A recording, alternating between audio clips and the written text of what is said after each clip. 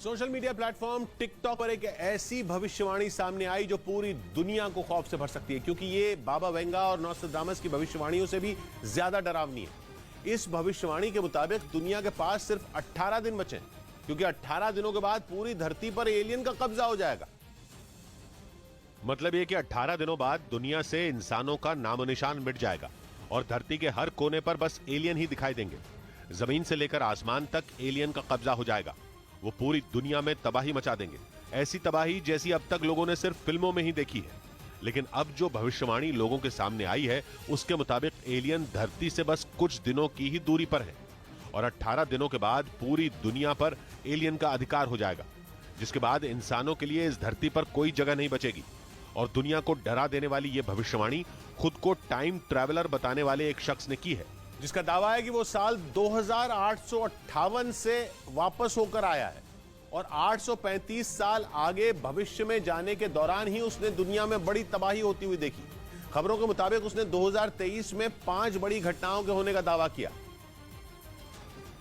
जिनमें धरती पर एलियन का कब्जा होने की घटना सबसे खतरनाक होगी।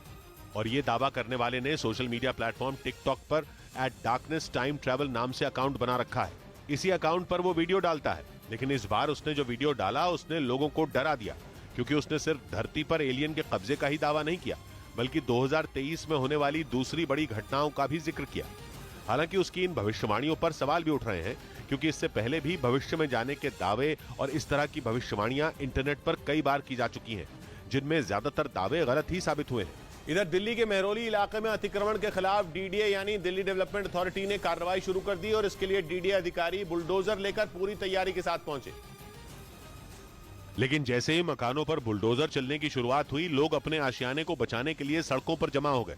खासकर महिलाएं घर के दरवाजे पर खड़ी हो गईं, जिन्हें हटाने के लिए महिला सुरक्षा कर्मियों को आगे किया गया, लेकिन कोई टस से मस नहीं हुआ, जिसके बाद महिलाओं को जबरन खींचकर हटाना शुरू किया गया।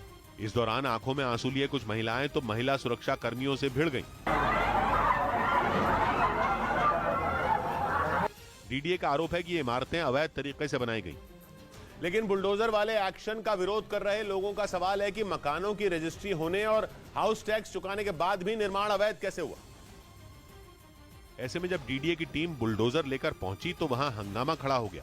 अभी भी रजिस्ट्री चल रही है, नोटिस आने के बाद वो कैसे चल रही है? फिर लोगों की शिकायत है ये कार्रवाई अचानक शुरू की गई, लेकिन डीडीए का दावा है कि नोटिस देने के बाद भी जब लोगों ने घर खाली नहीं किए तब ये एक्शन शुरू हुआ। मेरे पीछे आप तस्वीरें देखेंगे, तस्वीरें कुछ ऐसी जो लोगों के आशियाने उजाड़ने की हैं। हालांकि दिन भर के हंगामे के बाद दिल्ली हाईकोर्ट ने इस कार्रवाई पर 16 फरवरी तक के लिए रोक लगा दी।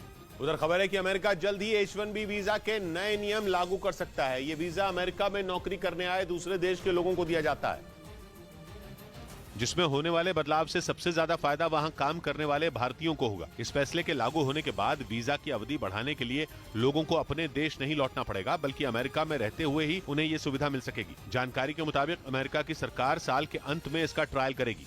न्यूज़ 18 इंडिया की web series FIR number 208 streaming now.